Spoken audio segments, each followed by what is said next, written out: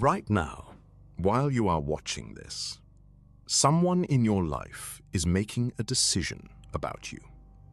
And if you are emotional, reactive, or visibly rattled when it happens, that decision will not go in your favor. It never does. The 5 mental moves in this video are the difference between the person who falls apart under pressure and the person who gets sharper. You have 8 minutes. Do not skip ahead.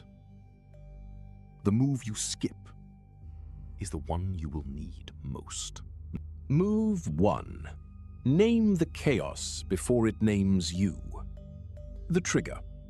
Crisis hits. Job loss, betrayal, public failure, physical threat. The mind floods with competing signals: fear, anger, shame, urgency. Decision-making collapses under the weight of simultaneous inputs. The psychology. Neuroscientist Lisa Feldman Barrett's research shows that the simple act of precisely labeling an emotional state, not just "I feel bad," but "I feel specifically betrayed and humiliated," measurably reduces amygdala activation.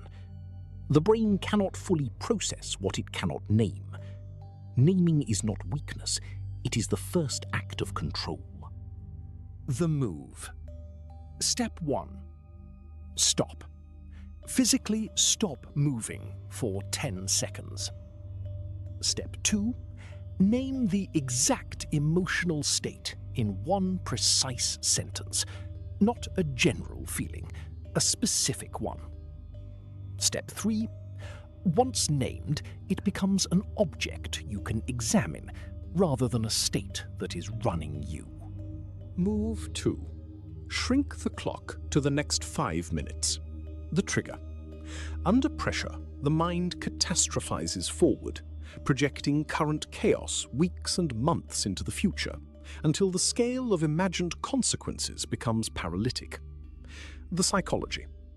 Catastrophic projection is the mind's attempt to prepare for every possible bad outcome simultaneously. This destroys decision-making in complex modern situations. The antidote is not optimism, it is radical time compression. The move. 1. Refuse to think beyond the next 5 minutes when pressure peaks. 2. Identify only the one action available to you in those 5 minutes that moves you marginally forward. 3. Execute that action completely before allowing yourself to think further ahead. Move 3. Remove your identity from the outcome. The trigger.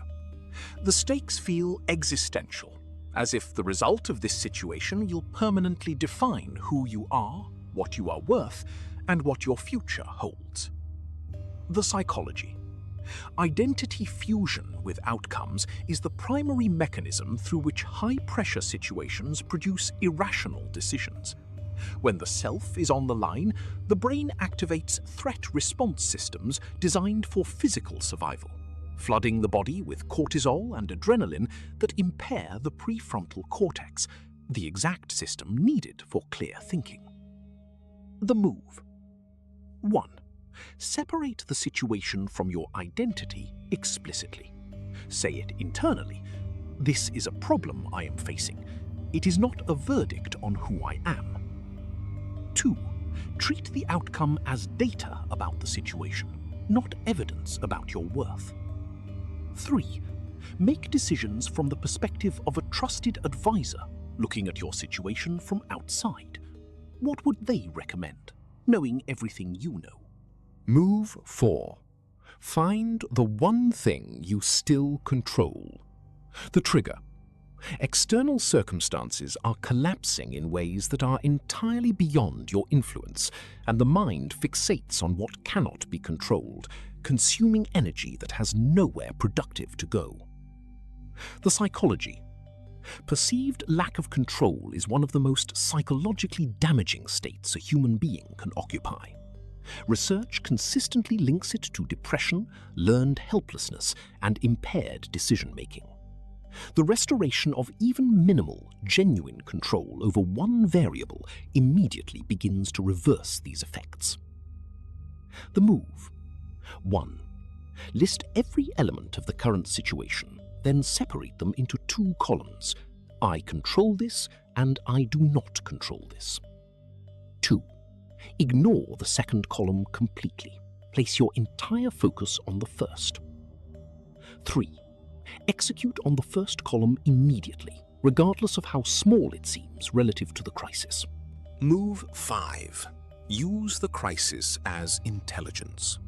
The trigger.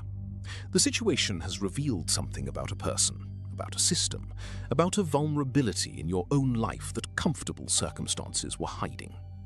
The psychology. Every crisis contains diagnostic information that is not available in calm conditions. The people who respond most effectively to pressure are those who, in the midst of the chaos, are simultaneously extracting the data it contains about who their real allies are, where their actual vulnerabilities lie, and what they need to build differently going forward. The move. 1. Ask one question during the crisis. What is this situation showing me that I could not see before it happened? 2. Write the answer down. The clarity available in crisis is temporary and will fade when pressure lifts. 3. Use that intelligence as the foundation for building something that cannot be collapsed the same way again. Cold blood is not the absence of feeling. It is the decision to think before the feeling makes the decision for you. Every time you choose that, you become harder to break than the last time.